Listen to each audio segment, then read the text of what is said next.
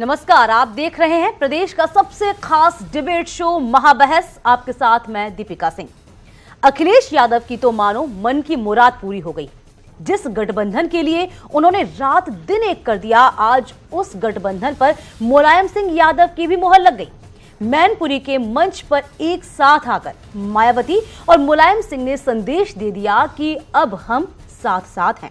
वहीं इस मंच से मायावती ने पिछड़ों की पिच पर मुलायम सिंह को उतारकर पीएम मोदी पर गुगली फेंक दी। चुनावी मैदान पर अब असली पिछड़े और नकली पिछड़े के मुद्दे ने बाउंसर मारा है। ये रिपोर्ट देखिए, फिर हम समझने की कोशिश करेंगे।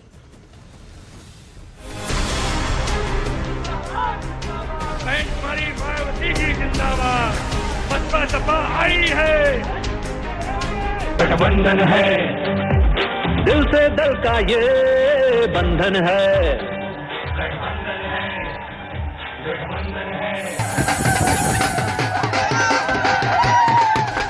करीब 2 दशक बाद की ये वो दुर्लभ तस्वीरें हैं जिसने सियासत के उस समाजशास्त्र को एक बार फिर सिद्ध कर दिया कि राजनीति में ना कोई किसी का स्थायी दोस्त होता है और ना दुश्मन। क्योंकि मैनपुरी के इस मंच पर जैसे ही मायावती ने आगे बढ़कर मुलायम सिंह को सहारा दिया तो वो सारे विवाद कहीं पीछे छूट गए जो सालों से इन दोनों दलों में दुश्मनी का सबब बने थे। बसपा सपा आई है।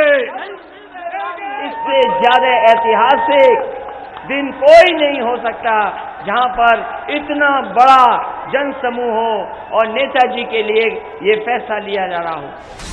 पुरानी अदावत से अलग इस नए अध्याय के लिए मुलायम सिंह ने भी मायावती का खुले मन से आभार जताया। हम उनका स्वागत करते हैं, आदर करते हैं। वहीं मायावती ने मुलायम सिंह के लिए वोटों की मुराद मांगने में कोई कंजूसी नहीं दिखाई। साइकिल, आप लोग साइकिल को भूलना नहीं। श्री मुलायम सिंह यादव जिस चुनाव लड़े हैं, ये इनकी पुरानी सीट है और इस क्षेत्र का इन्होंने बड़ा ख्याल रखा है, इसको विकसित किया है। आज के मैनपुरी का पूरा ध्यान रखा है और मैनपुरी से विशेष इनका लगाव रहा है। तो मैं आप लोगों को ये कहना चाहती हूँ, श्री मुलायम सिंह यादव जी को आप लोग जरूर कामयाब बनाएंगे। मायावती जी आई हैं, हम उनका स्वागत करते हैं, आदर करते हैं और ये मुझे खुशी है कि हमारे समर्थन के लिए मैनपुरी में आई। तो मैनपुरी की जयता तक कहेंगे ताली पीट करके मायावती जी का स्वागत करें। इस मेल मिलाप के साथ ही मायावती ने नेताजी को पिछड़ों का नायक बताते हुए एक नई जंग का आगाज कर दिया। पीएम नरेंद्र मोदी पर निशाना साधते हुए भाजपा सुप्रीमो ने असली और नकली पिछड़े का कार्ड खेल दिया। श्री मुलायम सिंह यादव जी तो असली है, वास्तविक है, जन्म जातीय पिछड़े वर्ग के हैं। अर्थात ये प्रधानमंत्री श्री नरेंद्र मोदी की तरह नकली वे फर्जी पिछड़े वर्ग के नहीं हैं। और आपने ठीक पकड़ा, आपने एकदम ठीक पकड़ा। वो कागज में पिछड़े हैं, हम सब लोग जन्म से पिछड़े हैं। बहरहाल बीते दिनों पीएम मोदी ने खुद को पिछड़ा बताकर विपक्ष पर गाली देने का आरोप लगाया था। मैनपुरी के मन से दलितों पर खुद की दावेदारी से इतर मायावती ने मुलायम सिंह को जन्मजात असली पिछड़ा बताकर नई जंग का आगाज कर दिया है। सवाल ये है कि क्या अब असली और नकली पिछड़ा बनेगा चुनावी मुद्दा?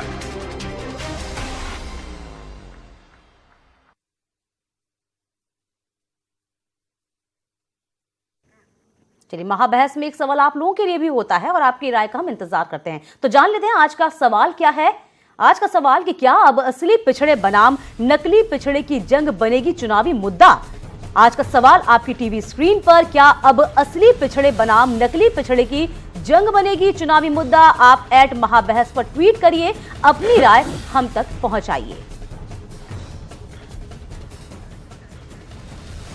चलिए, आज की चर्चा के लिए हमारा पैनल भी मौजूद है। हमेशा की तरह अमिताभ अग्निहोत्री जी हमारे साथ मौजूद, एग्जीक्यूटिव एडिटर, साथ ही हैं शर्ममणि त्रिपाठी, प्रवक्ता बीजेपी, सुरेंद्र राजपूत, प्रवक्ता कांग्रेस, सुनील सिंह साजन, प्रवक्ता सपा, अवधेश वर्मा, दलित चिंतक, अरविंद सिंह यादव, प्रवक्ता पीएसपी। आप सभी का बहुत स्वागत है।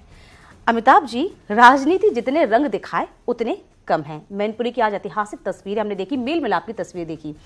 और अब असली बनाम पिछड़ा का कार्ड भी खेल दिया गया कि नई जंग की शुरुआत कर दी, यूं कहें। क्या माने इसके मायने हम? देखिए, दो तीन चीजें आज बड़ी मुझे लगता है कि राजनीतिक तौर पर महत्वपूर्ण रही जी। ये गठबंधन सपा बसपा का तब तक पूरा नहीं होता जब तक कि उसमें ये दृश्य जो आज मैनपुरी का था वो शामिल ना होता। बिल्कुल।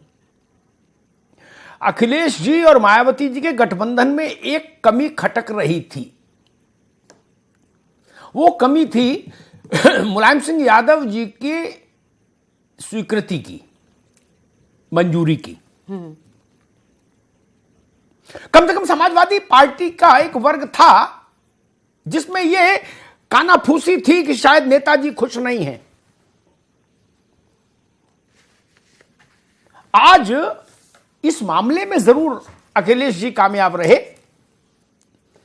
कि वो मायावती जी को मैनपुरी ले आए अपने साथ। मुलायम सिंह जी उस मंच पर रहे, और मंच पर ही नहीं रहे, मायावती और मुलायम सिंह दोनों ने एक दूसरे की तारीफ भी खूब की। यह तो इसका एक पक्ष हो गया जिसका संदेश सपा के लिए जरूरी था। अब इसी मंच से एक राजनीतिक जंग की नई शुरुआत भी मुझे दिखती है। असली पिछड़े बनाम नकली पिछड़े। मायावती जी ने ये कह के कि मुलायम सिंह यादव देश में पिछड़ों के सबसे बड़े नेता हैं, प्रामाणिक नेता है, जन्म से पिछड़े वर्ग के हैं, ये तो मुलायम सिंह जी को फिर से चर्चा में ला दिया अच्छे से, और उन्होंने तुलना कर दी प्रधानमंत्री से मुलायम सिंह की, असली और नकली। दलितों की नेता वो खुद हैं, वो ना बोले तब भी आशय तो यही है। तो यानी दलित और पिछड़े, उनके सबसे बड़े दो आइकॉनिक फेस गठबंधन के साथ है। ये मायावती ने आज मैनपुरी के मंच से स्थापित करने की कोशिश की। मुझे लगता है अभी असली पिछड़े और नकली पिछड़े की जंग चुनाव में जितने चरण शेष बचे हैं, 5 चरण, उसमें आप देखेंगे एक बड़ा मुद्दा बनकर उभरेगी। आज हम इसी पर बहस करेंगे, क्या असली पिछड़े और नकली पिछड़े, क्योंकि पिछड़ा वोट बैंक जो है वो भारत में डिसाइसिव है, उससे बड़ा कोई वोट बैंक नहीं भारत में। और लोकतंत्र में तो संख्या का खेल है। लगभग 45 से 50% आबादी पिछड़े वर्ग में है देश की। यानी सारी कहानी एक तरफ, पिछड़े एक तरफ, पड़ला पिछड़ों का भारी। तो यह बड़ा मुद्दा हो जाएगा कि असली कौन और नकली कौन, क्योंकि केक बड़ा है, इसलिए इस पर झपटमारी भी उतनी ही बड़ी है कि पिछड़ों का नेता कौन और असली नेता कौन। मुझे लगता है यह विषय तूल पकड़ेगा, जिसका आगाज मायावती ने आज मैनपुरी से किया, और बहुत सोच समझ कर किया उन्होंने, वरना इस बात को छोड़ा भी जा सकता था। मुलायम सिंह जी को जिताने की अपील करके बात समाप्त हो सकती थी। क्या यह मुद्दा अब देश के लोकसभा चुनाव को प्रभावित करेगा एक बड़े पैमाने पर? आज बहस इसी पर करेंगे। मैं सोचता हूं बीजेपी से बात शुरू करूं, क्योंकि बीजेपी के अलावा जितने मित्र हैं वो लगभग एक ही सुर में बोलेंगे, शब्दों का अंतर होगा। शलभ मणि त्रिपाठी, असली पिछड़ा बनाम नकली पिछड़ा। पहली ये बात में इसलिए उठाया है मुद्दा क्योंकि पिछड़ों की संख्या इस देश की जनसंख्या में बड़ी है। कोई ऐसा राज्य नहीं जहां वो 40-42% से कम हो, और उसमें तमिलनाडु जैसे राज्य भी है जहां 65-70% तक जाती है आबादी पिछड़ों की। तो पिछड़ों को साधे बिना तो किसी को मोक्ष नहीं, ना इधर वालों को ना उधर वालों को। अब उसमें असली कौन नकली कौन की लड़ाई तो सबसे महत्वपूर्ण हो जाएगी।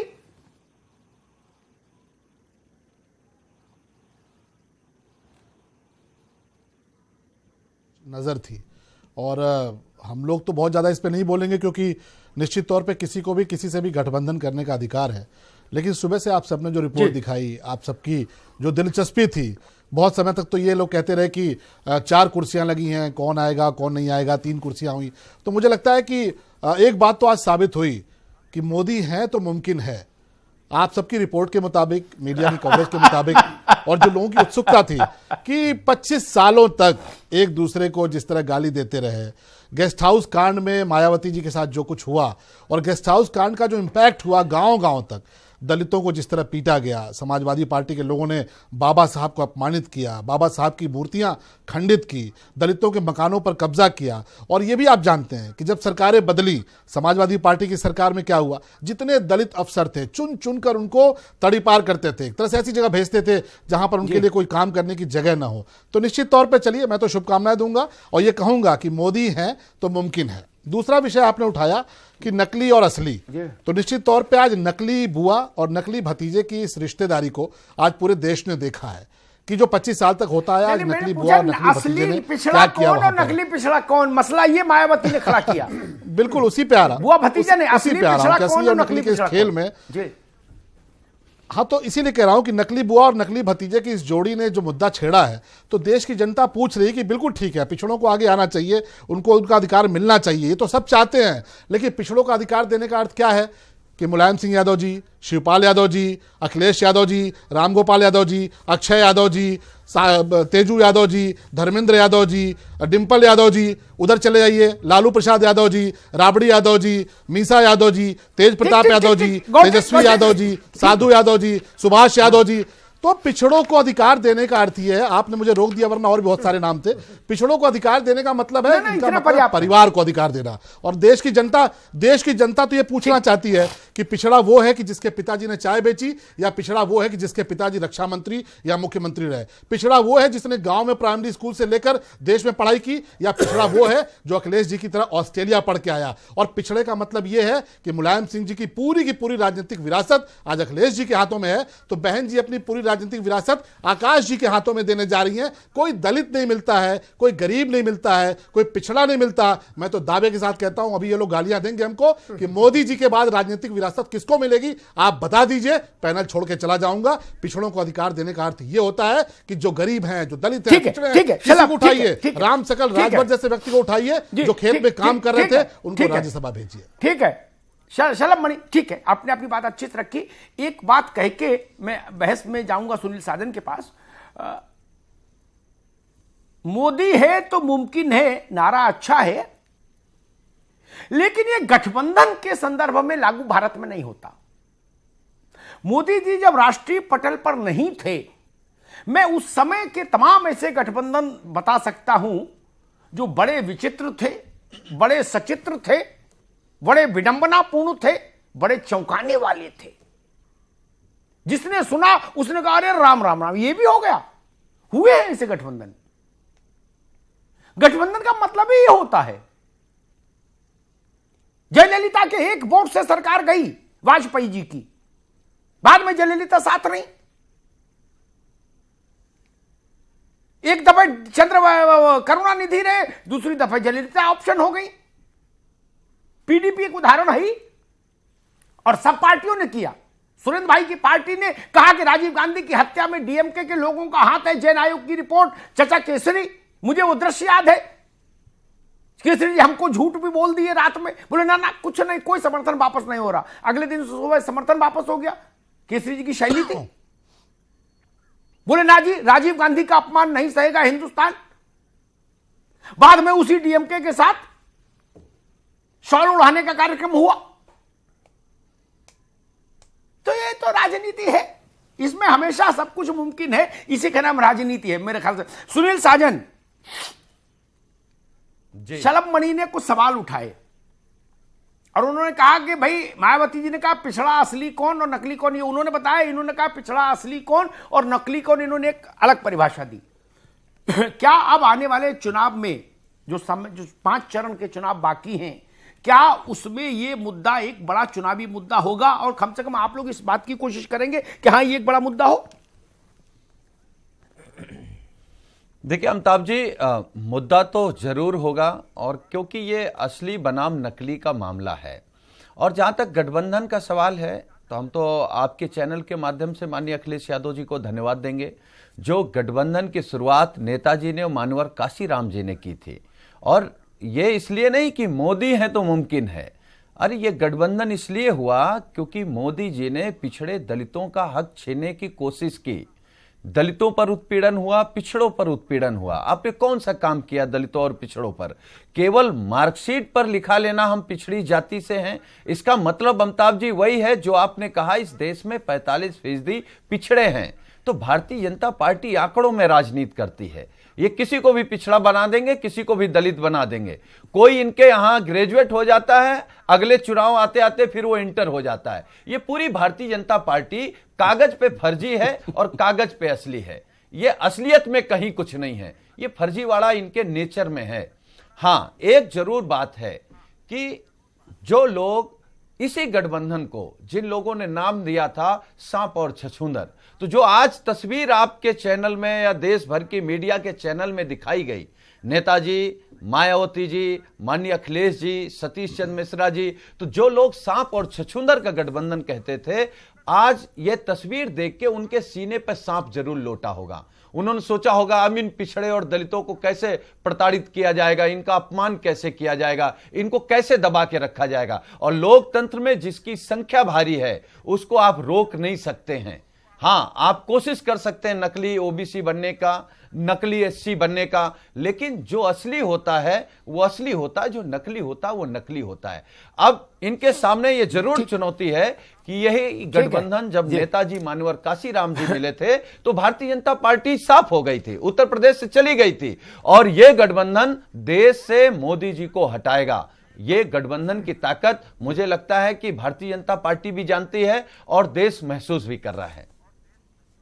ठीक है, ठीक है। एक चीज जरूर कहूंगा, जब मुलायम सिंह जी और कांशीराम जी का गठबंधन हुआ था उनकी लीडरशिप में, तब जो चुनाव हुआ 93 में, उसमें भाजपा वाइप आउट नहीं हुई थी, वो सिंगल लार्जेस्ट पार्टी होकर आई थी, लेकिन उसके पास अपना बहुमत नहीं था, इसलिए सरकार मुलायम सिंह जी की बनी थी। इतना ही था। सुरेंद्र राजपूत, लोहिया जी ने नारा दिया पिछड़े पामे 100 में 60। इससे बड़ा कोई वोट समूह भारत में नहीं, इससे बड़ा जातियों का अम्ब्रेला कोई नहीं, तंबू जिधर ये। और एक बात और कहूं, मुझे याद आ गई अचानक, विश्व की 3 सर्वाधिक प्रतिष्ठित यूनिवर्सिटियों ने मिलकर एक अध्ययन किया 2014 के चुनाव का, वोटिंग पैटर्न का। उसमें 1-2 लोग भारत के भी शामिल थे। उसकी रिपोर्ट मैंने देखी। 2009 और 14 में अंतर क्या हुआ भाजपा में, टेलीविजन के विषय छोड़ दीजिए, हम लोग क्या कहते हैं, वक्ता प्रवक्ता क्या कहते हैं, भूल जाइए एक मिनट के लिए। उसने बताया कि कुछ अंतर नहीं हुआ। 2009 में पिछड़ों ने जितना भाजपा को वोट दिया था, उससे 2014 में 15% ज्यादा पिछड़ों ने वोट दिया। 2009 में जितने दलितों ने वोट दिया था जब आडवाणी जी की लीडरशिप में चुनाव हो रहा था, उससे 13% ज्यादा 14 में वोट किए। इन दोनों की बढ़त ने भारतीय जनता पार्टी को 282 सीट अकेले जिता दी।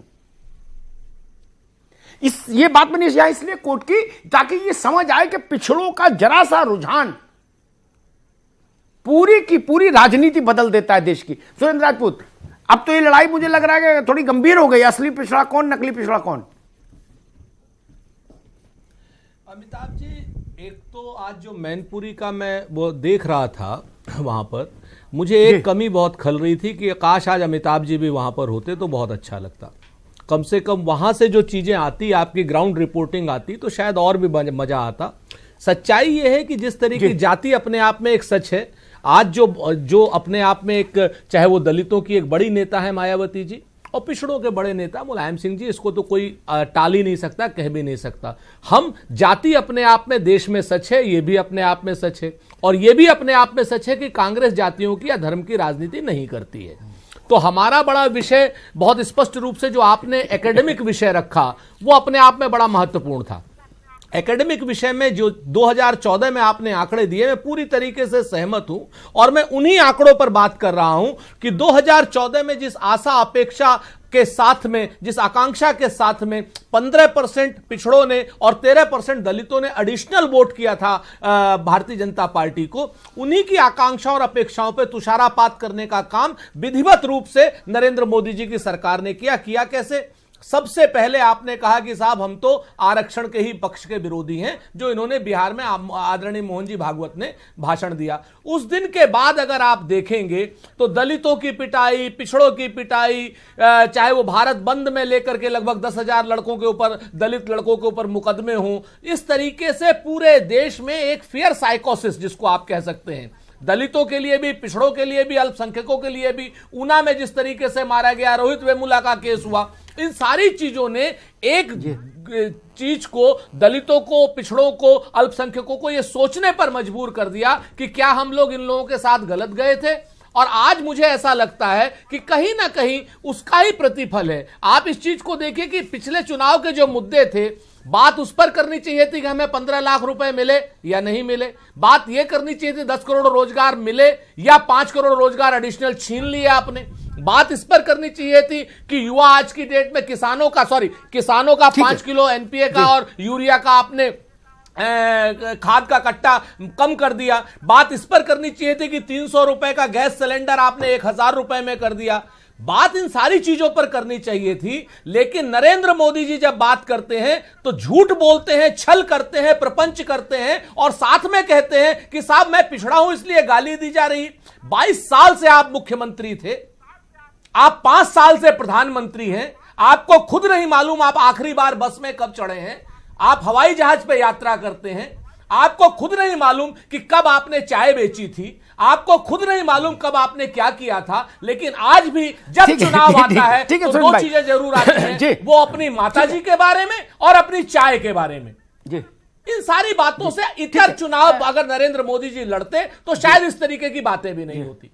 ठीक। वैसे भी चाय इस देश का राष्ट्रीय पेय है, चाय से ज्यादा प्रसिद्ध कोई पेय नहीं, ये भी सब लोग ध्यान रखो। कहीं चले जाओ गांव जवान, हर आदमी कहता हाँ कि भैया चाय पानी तो लो, है ना। चाय पानी जैसा ही हो गई, उतनी ही कॉमन, उतनी ही पॉपुलर। अवधेश वर्मा, मैनपुरी के मंच का संदेश क्या, एक, और दूसरा असली पिछड़ा नेता कौन, नकली पिछड़ा नेता कौन, अब ये लड़ाई लड़ेंगे। देखिए अमिताभ जी, एक चीज तो समझ लीजिए कि जो आपको तो सब कुछ पता है, मान्यवर काशीराम जी की जो परिकल्पना थी, इसके बाद जो गठबंधन 1993 में हुआ था, इसके बाद वो गठबंधन टूट गया।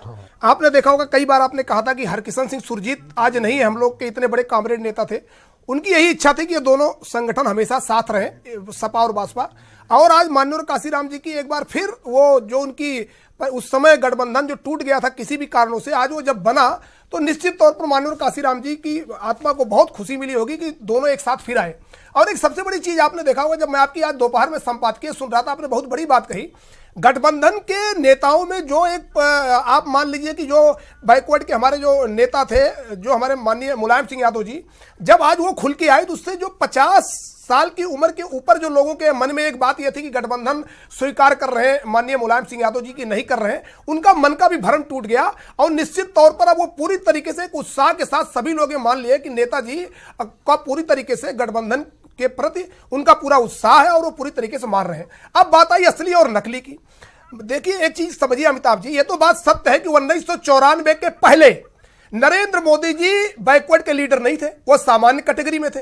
94 में वो बैकवर्ड जो उनकी मोद और घांची जाति है, वो उन्हीं के मुख्यमंत्रित्व काल में उन्होंने उसको पिछड़ी जात में लाया। इसके बाद वो राष्ट्रीय पिछड़ा वर्ग आयोग के रिपोर्ट के बाद 1999 में वो पिछड़े वर्ग में शामिल हो गई केंद्र की उसमें भी। तो इसका मतलब ये तो सच हो गया कि जन्म से जो वहां बात आ रही थी, जन्म से पिछड़े मोदी जी नहीं है, वो पिछड़े 1994 के बाद बने। और जो पिछड़े का नेता है वो निश्चित तौर पर जो जन्म से पिछड़ों का नेता होगा उसी को पिछड़ों का नेता मानेगा। और एक सबसे बड़ा जो सवाल है अमिताभ जी, आप इस बात को समझिए, मान्यवर हमारे बाबा साहब ये जब हमेशा ये कहा करते थे कि मैं हिंदू धर्म में पैदा जरूर हुआ हूं, लेकिन जो हमारे बस में नहीं था कि किस धर्म में मैं पैदा हूं, कहां जाऊं, और हिंदू धर्म में पैदा हुआ, लेकिन जब मैं मरूंगा तो इस धर्म में नहीं मरूंगा। और उन्होंने बौद्ध धर्म अपनाने के बाद इसके बाद उस धर्म में वो मरे। वही हाल अब यहां हो रहा है। नरेंद्र मोदी जी ये कह सकते हैं एक आने वाले समय में कि भाई मैं जन्म जो लिया था वो तो सामान्य जाति में लिया था, लेकिन अब मैं पिछड़ा हो गया हूं क्योंकि उन्हीं के मुख्यमंत्री काल में, और मैं पिछड़े वर्ग में ही रहूंगा। तो ये लोगों को स्वीकार करना इतना आसान नहीं है। और इसका कारण ये भी है कि जो बिहार चुनाव के बाद ठीक है, ठीक है, पिछड़ों की सूचियां लगातार बदलती रही हैं, और दलितों में भी ये बात हमेशा आती रही कि भाई कुछ जातियां और जुड़ना चाहती हैं, वो एक प्रक्रिया है, होती है। अगर ऐसा भी हुआ तो भी ठीक है। अरविंद सिंह यादव, आपकी पार्टी कहां खड़ी? जी, आपकी पार्टी तो वैसे भी नेताजी के सम्मान में ही बनी थी, और आज नेताजी ने बता दिया अपना मंतव्य। आपका तो नारा ही था नेताजी के सम्मान में शिवपाल मैदान में, और नेताजी ने आज अपना मंतव्य बता दिया। और मायावती जी ने ये अमिताभ जी आपको बताना चाहता हूं, पिछड़ों के सबसे बड़े नेता मुलायम सिंह। नहीं, इसमें कोई दो राय नहीं है कि पिछड़ों के नेता माननीय नेताजी नहीं है। ये सत्य है कि पिछड़ों के नेता माननीय नेताजी हैं। अमिताभ जी, दूसरी चीजें मैं बताऊं, जो बात आ रही थी भ्रम टूटने की, कि लोग जो भ्रम आज टूटा है मंच पे इकट्ठे देख करके, तो ये आज के बाद कल की जो भी मंच साझा होगी उससे वो जनता जानती है किन लोगों का भ्रम टूटा है। वो मंच फिर आएगा, फिर अगली सभा होगी, फिर रैलियां होगी। क्या उस मंच पे फिर आदरणीय नेताजी आते हैं कि नहीं आते हैं, कि उनको घर के कमरे में ताला लगा के बंद किया जाएगा, कि उनकी जुबान को बंद कर दी जाएगी, ये सामने आ जाएगा। आप भी डिबेट में रहेंगे, हम लोग भी डिबेट में रहेंगे। दूसरी चीज, नेताजी जिस अवस्था, एक मिनट, नेताजी जिस अवस्था में है उस अवस्था में कैंपेन करने के लिए नहीं है जी। वो मैनपुरी में कैंपेन नहीं कर रहे। नहीं, देखिए उनका शरीर और स्वास्थ्य वैसा है जी। आप जब स्टार प्रचारक की जब स्टार प्रचारक की सूची आई थी, उस समय भी आप देखे होंगे कि नेताजी को कहां सम्मान दिया गया था, किस सूची में नाम थी। जब सोशल मीडिया के माध्यम से और आप लोग के माध्यम से अरविंद विरोध होने लगा, उनकी और शिवपाल और अखिलेश यादव की उम्र में अंतर है भाई। अब मुलायम सिंह जी क्या चढ़ सकते हैं, सीढ़ी उतर सकते हैं बार बार? अजब बात है।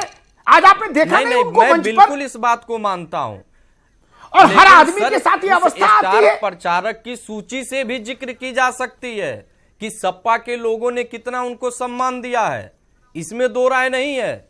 पिछले दिनों कैसे लोगों ने अपमान किया है, जो चीज आप कह रहे हैं सम्मान में, मुझे एक ब्रेक लेना है। रुको, ठीक, अभी रुको, एक ब्रेक ले ले। लेकिन एक बात जान लीजिए, आपने जो ये प्रचार किया था कि मुलायम सिंह यादव की इच्छा के बिना मुलायम सिंह यादव को दरकिनार करके अखिलेश यादव ने अलायंस कर लिया, बसपा के आगे सरेंडर कर दिया, वो भ्रम तो तोड़ ही दिया मुलायम सिंह ने खुद खड़े होकर। इसमें तो कोई कही सुनी बात नहीं, मंच था सामने, देश भर ने देखा भाई, और उन्होंने भरपूर तारीफ भी की बहन जी की, और बहन जी ने उनकी भी तारीफ की। तुम मुझे पंत कहो, मैं तुम्हें निराला कहूं। तो अब आपका जो कोर इशू था नेताजी के सम्मान में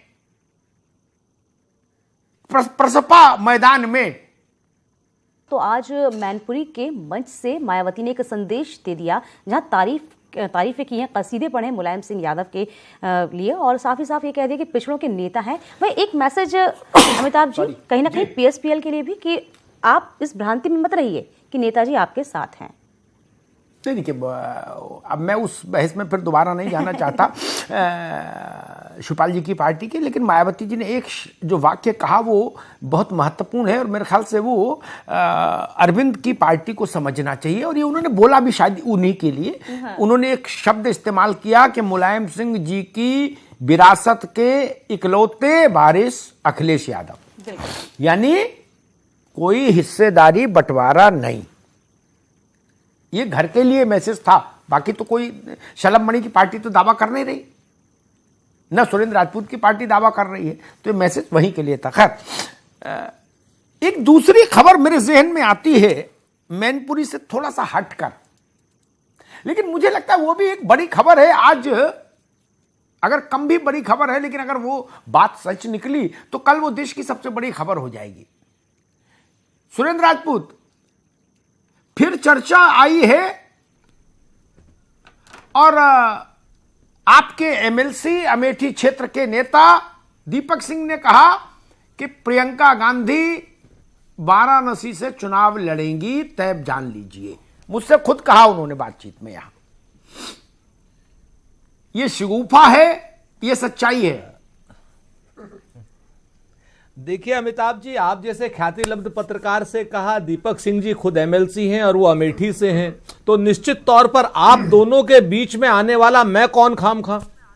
एक चीज तो बड़ी क्लियर है, इन दो लोगों के बीच की बात में आप बताइए मुझे। अब इसके बाद अगर मेरे पास कुछ बचता हो तो मेरे पास तो कुछ कहने के लिए है नहीं, नंबर एक। नंबर दो, एक चीज मैं बता दूं कि मछली के बच्चे को कोई तैरना नहीं सिखाता है। वो ख्याति लब्ध अपने आप में नेता है श्रीमती प्रियंका गांधी जी, राष्ट्रीय राजनीति में आई हैं, निश्चित तौर पर देश की सेवा करने के लिए आई हैं और चुनावी माध्यम से देश की सेवा करने के लिए आई हैं। वो कब लड़ेंगी, कहां लड़ेंगी, ये फैसला तो हाईकमान करें और श्रीमती प्रियंका गांधी जी करें। दीपक जी चूंकि अमेठी के हैं और वहां एमएलसी हैं और निश्चित तौर पर उनसे जो बातें उनकी हुई होंगी तो उन सारी बातों पर आपसे बात कही होगी, मैं नहीं जानता, लेकिन मेरे पास ऐसी कोई सूचना नहीं है। हाँ, 2 दिन पहले श्री राहुल गांधी जी का जरूर बयान था, वो आपने भी पढ़ा, हमने भी पढ़ा। उन्होंने कहा आप गेस कीजिए। अभी मैं ना कह रहा हूं, ना हाँ कह रहा हूं, लेकिन अभी ऑप्शन पूरे खुले हुए हैं। जी ठीक। राहुल गांधी ने एक और अच्छी बात कही, उन्होंने कहा कि सस्पेंस अच्छा है ना। तो जब सस्पेंस अच्छा होने लगे, मैं वही बात आपसे कहना चाह रहा हूं। हाँ, उधर ही जा रहा। ठीक जी, ठीक सुरेंद्र भाई, एक टिप्पणी मुझे सुनील साजन की लेनी होगी, बड़ी महत्वपूर्ण टिप्पणी होगी वो। सुनील साजन, मैंने पूछा दीपक सिंह से कि जहां तक अमिताभ अग्निहोत्री की राजनीतिक समझ कहती है, प्रियंका गांधी वाड्रा कांग्रेस की, केवल कांग्रेस की उम्मीदवार होकर शायद बनारस नहीं लड़ना चाहें। वो बनारस उस स्थिति में लड़ना चाहेंगी जब ज्वाइंट अपोजिशन की कैंडिडेट हो। तो मैंने कहा अखिलेश जी, बहन जी से बात हो गई? तो उन्होंने कहा कि सभी लोग भाजपा से, एक ही लक्ष्य है, भाजपा हटाओ तो सब साथ आ जाएंगे, ऐसा लगता है। सुनील साजन, आपने भी खिड़की तो खुली रखी, अभी वहां उम्मीदवार नहीं दिया बनारस में, गाजर तो लटका के रखी है। ठीक बात है अमिताभ जी, क्योंकि माननीय अखिलेश यादव जी का भी एक ही मकसद है कि जिस प्रधानमंत्री जी ने देश के किसानों को, नौजवानों को, पिछड़े दलित मुसलमानों को, छोटे व्यापारियों को, सबको ठगा हो, सबको गुमराह किया हो और सबकी जिंदगी पीछे ले गए हों, देश को पीछे ले गए हों, ऐसे प्रधानमंत्री को हमारे नेता लगातार कह रहे हैं कि हमको बदलना है। और अगर ऐसी स्थिति में, नहीं, मैं आ रहा हूं अमिताभ जी, जो आप पूछ रहे हैं मैं उसी में आ रहा हूं, जो आप पूछ रहे हैं मैं उसी पे आ रहा हूं, मैं सीधे आ रहा हूं। मैं कह रहा हूं कि हमारे नेता ने कांग्रेस के राष्ट्रीय अध्यक्ष राहुल गांधी जी के लिए और कांग्रेस की नेता आदरणीय सोनिया गांधी जी के लिए सीट छोड़ी है। प्रियंका गांधी जी चुनाव लड़ेंगी तो उस पर हमारा राष्ट्रीय नेतृत्व विचार करेगा। ठीक है, मैं समझ गया। ठीक है। अवधेश वर्मा, अखिलेश यादव का टोन तो कांग्रेस के लिए ठीक है, लेकिन बहन जी तो लट्ठा हाथ में लेके चलती हैं, बोले कांग्रेस, बोले 2 लगाओ।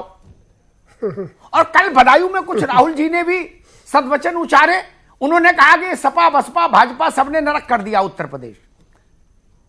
वो भी लाठी खाते खाते तंग आ गए थे, तो उन्होंने कहा भाई 1 लाख हम भी देंगे, चलो। मेरा बहुत स्पेसिफिक सवाल, छोटा सा उत्तर चाहिए, समय कम है, फिर शलभ मणि के पास जाऊंगा। अगर प्रियंका गांधी वाड्रा कांग्रेस की ओर से प्रस्तावित होती है वाराणसी के लिए, तो सपा बसपा क्या करेगा, आपको क्या लगता? देखिए अमिताभ जी, मेरा अपना मानना है कि अगर प्रियंका गांधी वहां जाएंगी तो बिना गठबंधन के सपोर्ट के वहां वो रिस्क लेने के लिए कभी तैयार नहीं होगी। वहां का जो वोट परसेंटेज अगर आप देखिए, पहले केजरीवाल भी लड़े थे, सब लड़े थे, अगर वोट देखिए तो गठबंधन का अगर पूरा वोट देखा जाए तो काफी अच्छा लड़ाई में वो रहेगी प्रियंका जी, और काफी फाइट अच्छी होगी। लेकिन प्रियंका जी एक इतनी बड़ी लीडर है, निश्चित तौर पर अगर उनको गठबंधन का सपोर्ट नहीं मिलेगा तो वो कांग्रेस से चुनाव लड़ने वहां जाए, ये संभव नहीं है, क्योंकि उनको भी पता है कि वहां पे उनको बहुत पापड़ बेलने पड़ेंगे। और एक चीज मुझे लग रहा है कि कहीं कहीं ये गणित आ सकती है। अभी आपने देखा होगा पिछले दिनों जिस प्रकार से भीम आर्मी चंद्रशेखर रावण भी लड़ने जा रहे थे, फिर उन्होंने कहा हम नहीं लड़ेंगे। उनका भी एक ही मुद्दा था कि वहां सशक्त कैंडिडेट गठबंधन नहीं दे रहा है। इसके बाद अब ये सगुफा आ रहा है कि भाई प्रियंका गांधी जी वहां से चुनाव लड़े, तो कहीं ये बात दबाव की राजनीति आए कि भाई प्रियंका गांधी इतनी सशक्त कैंडिडेट जब वहां लड़ने जा रही है तो गठबंधन उनको लड़ाए, जिससे कि अगर मोदी को हराना चाहते हैं तो मोदी जी कमजोर पड़े और प्रियंका गांधी अच्छा चुनाव लड़े। तो आपका एकदम कयास, जो आपका एकदम शंका है, क्योंकि अमिताभ जी जो रिसर्च करके आप ले आते हैं, निश्चित तौर पर उस रिसर्च में आज तक मैंने जो देखा है कि कहीं कहीं वो फिर आगे सत्य ही साबित होता है। तो हमारा जो अपना व्यू है एज ए दलित चिंतक, जो हम चुनावी गणित देख रहे हैं, हमको ऐसा लग रहा है कि कहीं कहीं प्रियंका गांधी गठबंधन के सपोर्ट से जाने की कोशिश कर सकती है, क्योंकि वो ये दिखाना चाहती है कि हम यहां लड़ने आए हैं उत्तर प्रदेश में, हम केवल चुनाव प्रचार करने नहीं आए हैं। हम पवेलियन में बैठने नहीं आए, मैदान पर उतरेंगे बैट हाथ में लेके। ठीक है अरविंद सिंह, आपकी पार्टी अगर प्रियंका कांग्रेस की ओर से नॉमिनेट होती है वाराणसी के लिए, आपकी पार्टी क्या करेगी? आपने बनारस में उम्मीदवार घोषित किया कि नहीं अभी? नहीं, देखिए अमिताभ जी, अभी तो बनारस में कैंडिडेट की घोषणा नहीं हुई है। और रही बात आदरणीय श्री शिवपाल सिंह यादव जी आज 4 दशकों से बीजेपी से लड़ रहे हैं, तो आज भी वो चाहते थे कांग्रेस से अलायंस की बात, सपा और बसपा अलायंस के साथ जाने के लिए, इसीलिए हम लोग राजी थे कि हम लोग भाजपा को हराएं और भारतीय जनता पार्टी को हराने के लिए। देखिए आप भी वही मैं बता रहा हूँ। तो आप बनारस की बात करो, अमिताभ जी वही मैं आ रहा हूँ, क्या बचा? मैं सीधे बनारस खत्म हो गए, चलिए मैं सीधे बनारस पे आ रहा हूं। भारतीय जनता पार्टी को हराने के लिए माननीय श्री शिवपाल सिंह यादव जी अपना कोई भी कदम उठा सकते हैं कि भारतीय जनता पार्टी को कैसे सत्ता से हटाया जाए। ठीक, अरे रुको भाई, रुको शलभ जी, मामला दिलचस्प हो जाएगा, लड़ाई बड़ी हो जाएगी, परिणाम तो ईश्वर जाने, लेकिन 543 सीट में से 542 एक तरफ नहीं, एक तो काउंटर माइंड हो गया चुनाव, 541 एक तरफ और बनारस एक तरफ नहीं। अमिताभ जी, लोकतंत्र में हर किसी को चुनाव लड़ने का अधिकार है। बाबा विश्वनाथ की नगरी में टिक जाएंगी। लोकतंत्र में अमिताभ जी हर किसी को चुनाव लड़ने का अधिकार है। प्रियंका जी चुनाव लड़ने आती हैं, काशी में उनका स्वागत है, लेकिन आप यहीं पर देखिए, यहां पे जो 5 लोग बैठे हैं, हमारे 5 साथी, मुझे लेकर सबका एक ही है कि भाई गठबंधन हो तो चुनाव लड़ने आएंगे, सपा की मदद मिल जाए, बसपा की मदद मिल जाए, फला की मदद मिल जाए और शिवपाल जी की पार्टी की भी मदद मिल जाए। तो एक तो आप देखिए कि मोदी जी ने काम कुछ नहीं किया, ये कहते हैं कि मोदी जी ने कोई काम नहीं किया, और मोदी जी के खिलाफ लड़ने की हिम्मत जो है जुटाना पूरे प्रदेश में और देश में, इनके लिए कितना मुश्किल आप ये देखिए। दूसरी बात, मुझे एक बात और समझ में आती है कि दीपक सिंह जी और सुरेंद्र भाई हालांकि बहुत अच्छे मित्र हैं, मैं इनकी बड़ी कदर करता हूं, एक बात और समझ में आ रही है कहीं ना कहीं कि कांग्रेस के भीतर एक जो रस्सा कसी है, कहीं ना कहीं ये बात थी कि राहुल गांधी जी फेल्योर हुए, राहुल गांधी जी का जादू नहीं चला, इसलिए प्रियंका जी को लाया गया। एक रस्सा कसी कांग्रेस के अंदर दिखाई दे रही है कि प्रियंका जी लड़ना चाहती हैं, राहुल गांधी जी कह रहे हैं कि नहीं साहब, अभी जो है इसको आप गेस कीजिए, और असमंजस की स्थिति है। तो निश्चित तौर पे जो स्थितियां दिख रही हैं मोदी जी के सामने, बड़ा आरोप लगाया मोदी जी काशी के बेटे हैं, काशी के बेटे हैं, गरीबों के बेटे हैं, गांव किसान। सुरेंद्र राजपूत 30 मिनट में रिस्पॉन्ड करिए भाई, 30 मिनट। अमिताभ जी 30 सेकंड में, सॉरी 30 जी सेकंड जी अमिताभ जी अमिताभ जी, शलभ भाई बड़े ख्यातिलब्ध पत्रकार रहे हैं, अब अपनी जगह पर ये तो शब्दों के जादूगर हैं, आप ही से सीखे होंगे। देखिए एक बात बड़ी क्लियर है, मोदी जी जादूगर तो है ही हैं, चालाक भी हैं। ये तो मदन कुंडू जादूगर के तरीके से कभी हाथी गायब कर देते, कभी ताजमहल गायब कर देते, लेकिन होता नहीं है। आज की डेट में निश्चित तौर पर भारतीय जनता पार्टी धन बल में बहुत बड़ी पार्टी है। हम मानते हैं इन्होंने पिछले 5 सालों में अगर कुछ भी किया है तो भाजपा के लिए रुपया कमाया है, इन्होंने कुछ भी किया है तो अपने लोगों को इस तरीके से रुपए में भर दिया है, और ये उसी के दम में उसी के उसमें भर कर रहे हैं। और इसके लिए ठीक है सर और दूसरी बात मैं आपसे सिर्फ इतना कहना चाह रहा हूं कि चुनाव जनता के समर्थन से लड़ा जाता है, और जनता का समर्थन आज की डेट में बहुसंख्यक जनता का समर्थन कांग्रेस के साथ है, गांधीवादी विचारधारा के साथ है, लोहियावादी विचारधारा के साथ है, अंबेडकरवादी विचारधारा के साथ है। ये कभी गोवलकर और गोडसेवादी विचारधारा समझ गया नहीं, मैं समझ गया। अंबेडकर और लोहिया भी आगे, ठीक है। अब जनता क्या करी जरा सुन लें। हम लोगों ने क्या कहा, जनता ने सुना, जनता क्या करी हम सुने। चलिए, आज का हमारा सवाल था कि क्या अब असली पिछड़े बनाम नकली पिछड़े की जंग बनेगी चुनावी मुद्दा। इस पर लोगों ने खूब वोट किए हैं। उस वक्त परिणाम आपकी टीवी स्क्रीन पर। तो 61% कह रहे हैं हाँ मुद्दा बनेगा, 36% कहते हैं नहीं, 3 अपनी राय नहीं बना पाए। अमिताभ जी देखिए, ये जो रेफरेंडम हुआ जनमत, इस सवाल पर ये तो बता ही रहा कि मायावती ने नब्ज ठीक पकड़ी। 61% जनता भी करी कि हाँ ये मुद्दा है और इस पर चुनाव में दो हाथ होंगे कि असली कौन और नकली कौन। तो एक बात तो समझ आई कि मायावती ने मैनपुरी के मंच पर अगर ये मुद्दा उठाया तो सोच समझ के उठाया, जनता की तासीर को वो समझ पाई। वही बात जनता ने हमारे इस ट्विटर पोल पर कही। 60% से ज्यादा आवाम मान रहा है कि नहीं ये बड़ा मुद्दा है। इसका कारण जानते हैं 60% का परसेंटाइल क्यों आया? क्योंकि मैं जिस शुरुआत में जो कह रहा था, पिछड़ों की आबादी भारत के चुनाव को अनुलोम विलोम कराने की ताकत अगर किसी एक वर्ग में है तो ना तो वो सवर्णों में है, ना वो दलितों में है, ना वो अल्पसंख्यकों में है, वो सिर्फ पिछड़ों में है। वो जरा सा भी झूम जाए, एक तरफ हल्का सा भी टिल्ट ले तो नतीजे बदल जाते हैं। और सुरेंद्र भाई के लिए एक बात कहूंगा, उनकी पार्टी के लिए, जब मैं एनालाइज कर रहा था वो अध्ययन, मैंने देखा कांग्रेस डिबेकल में क्यों फंस गई आजादी के बाद से अब तक।